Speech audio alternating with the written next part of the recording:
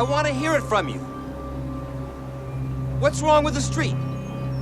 I don't know. I really don't know. I mean, I think it's a sewer job. You're lying. What's wrong with the street? Nothing. I knew it. See? I knew it was fine. But I'll give you something to fix.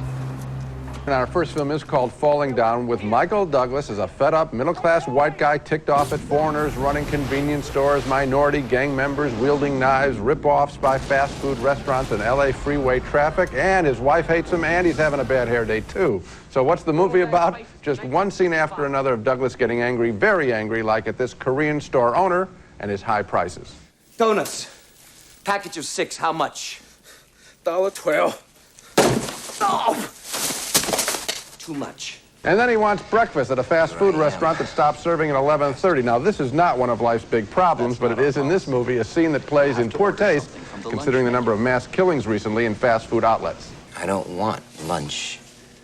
I want breakfast. Yeah, well, hey, I'm really sorry. Yeah. Well, hey, I'm really sorry, too. Get a gun! The best part of the movie, and it isn't explored enough, is Douglas's busted relationship with his wife, nicely played by Barbara Hershey. They're divorced, and he's bitter at losing her, and also his daughter. You've got to stop calling me.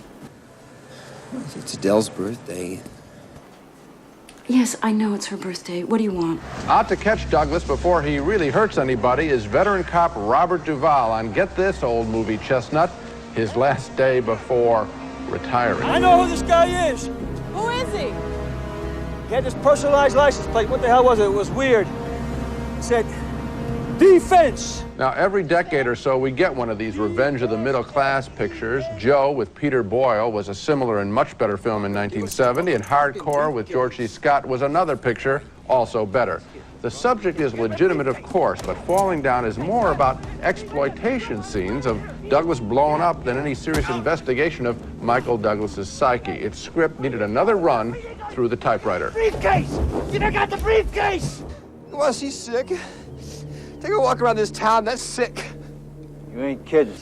I liked it better than you did, Gene, and I think one element of the picture that you haven't really gotten into is that the movie is really about two middle-class, middle-aged white guys who both feel that their lives have basically been thrown away and were pointless. And one of them is Douglas, and the other one is Duvall, who has not been satisfied in his career as a cop. And their lives are on intersecting paths during this day. And when they meet out there on that pier, it's a terrific scene for both of them. Well, Roger, I think the problem is I'm talking about two cliches. That's the problem. They're both cliches. The cop on his last day of work, and then the angry guy. Now, I mentioned two other guys. How many cop movies have you seen that haven't dealt with a cop in this way? These are not cliches. Oh, it happens to be his last day at work. That is predictable. But who the person is, how he feels, how he behaves, how he relates to the other guy, those are not cliches. But the center of the piece is Michael Douglas, and I cited two other guys, Peter Boyle and George C. Scott, similar kinds of roles. Both better, you agree? I don't know. I don't necessarily think so. I think this is a very interesting performance by Michael Douglas. No, and I think that it gives a voice to a feeling that a lot of people in our society have. Yeah. I'm the bad guy? Yeah.